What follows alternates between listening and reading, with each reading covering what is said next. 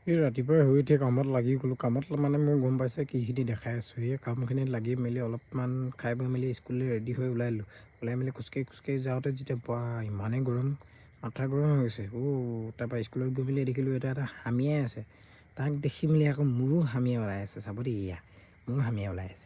তাৰপৰা ঠিককৈ স্কুল ছুটি হৈ মেলি আহিলোঁ দাদাৰ দোকানত। মোৰ এই মোবাইলটো মাৰ মানে ভাঙি গ'ল, মোকে বনাব দিলে। আহি মেলি ইয়াত বনাব দিলোঁ দাদাহঁতৰ তাত। তাৰপৰা ঘৰত সুধি মেলি আমি এতিয়া লগৰজনৰ ঘৰলৈ গৈ আছোঁ। বাহিৰে গ'লোঁ, কাপোৰ চিলাই পেলাই লৈ গৈছোঁ বাৰু। বাহিৰে গৈ মেলি এতিয়া আমি পালোঁগৈ আৰু ক'বলৈ গ'লে।